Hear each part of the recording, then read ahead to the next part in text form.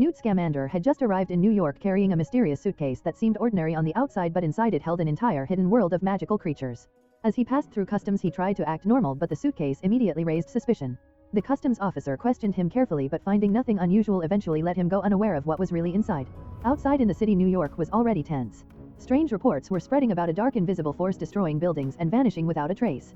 Witnesses described it as a shadow-like storm with glowing white eyes, something unnatural and terrifying. Journalists dismissed it as nonsense or some kind of atmospheric disturbance, but destruction continued to spread through the city. Fear was growing and groups like the Second Salemers began calling for action against witches and magical beings, warning that unseen evil was living among normal people. Meanwhile, Newt had his own mission. He had come to New York to purchase a rare magical creature, but his carefully planned trip quickly went wrong.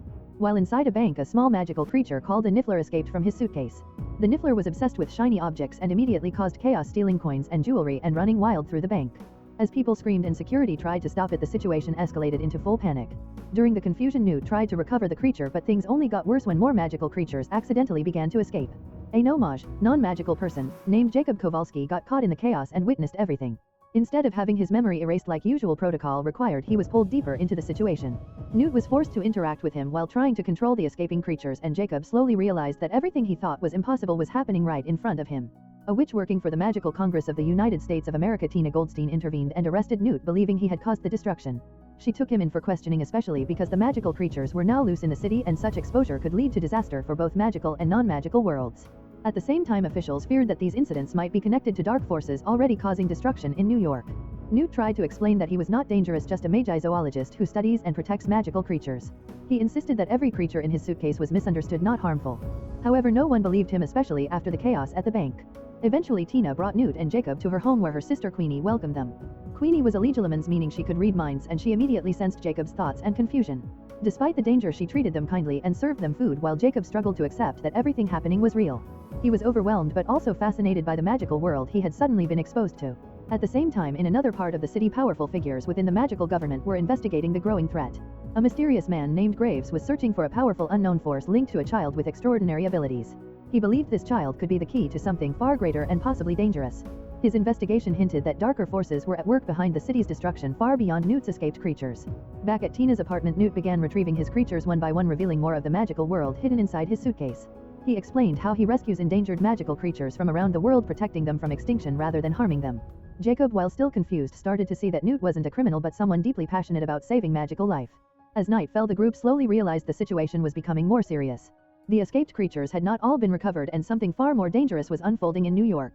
The city was still being attacked by an unseen destructive force, and fear among non-magical people was increasing. Riots and panic were beginning to spread, fueled by groups blaming witches and magic for everything happening. Inside Tina's home, tension grew. Newt knew that if the magical creatures were not captured quickly, the entire magical world could be exposed. Jacob, despite being a no-mage, now knew too much and could not simply be sent away easily. Tina was torn between following the rules and helping uncover the truth. Meanwhile, the mysterious dark force continued to destroy parts of the city without warning.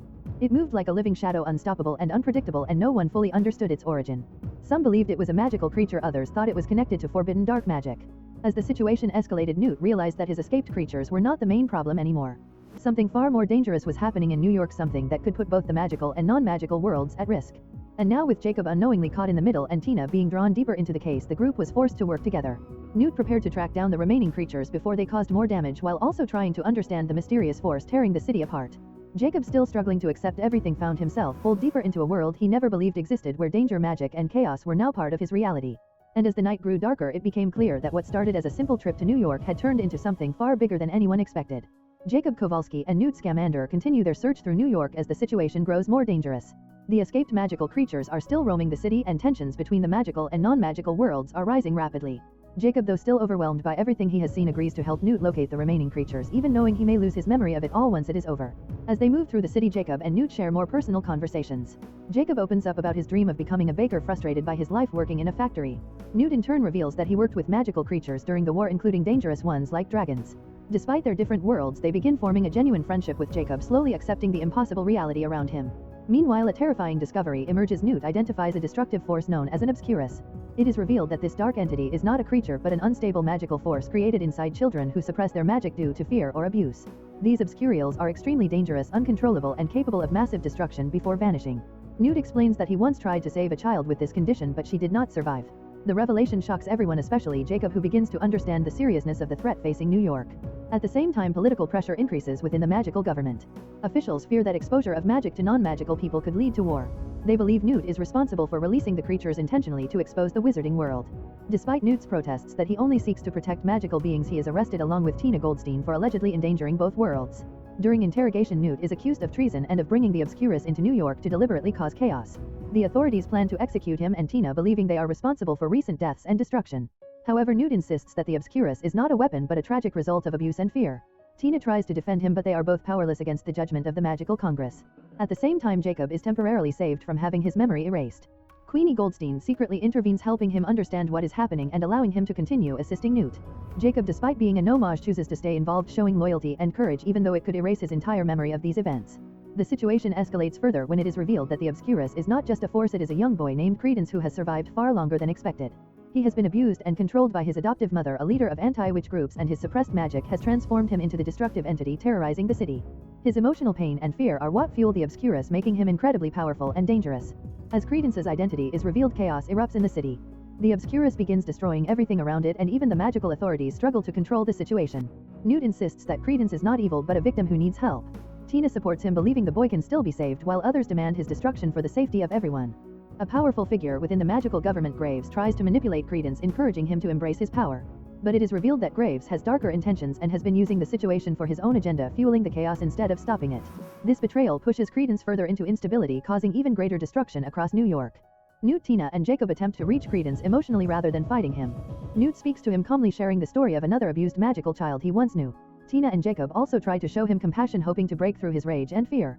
For a brief moment, Credence begins to listen and his destructive energy starts to weaken.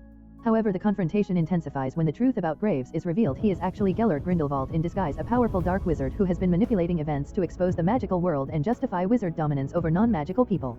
His ideology promotes control and superiority, and he views chaos as a means to achieve his goals.